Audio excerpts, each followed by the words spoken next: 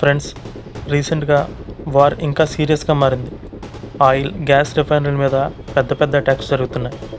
వీటి వల్ల ప్రపంచం అలాగే భారత్ కూడా ఇబ్బంది పడే అవకాశాలు ఎక్కువగా కనిపిస్తున్నాయి. ఎందుకంటే భారత్ 50-60% దిగుమతి చేసుకుంటుంది. ఇందులో 40% ఖతార్ నుంచే జరుగుతుంది.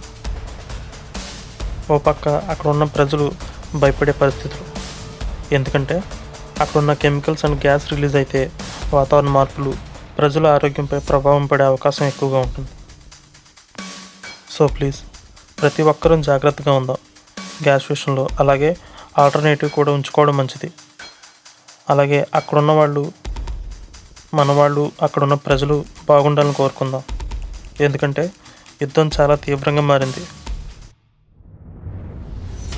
అయితే ప్రెజెంట్ నెతన్యాహు మాత్రం అమెరికా అభ్యర్థన మేరకు దాడులు ఆపుతున్నామని చెప్పారు. చూడాలి ఏం జరుగుతుందో.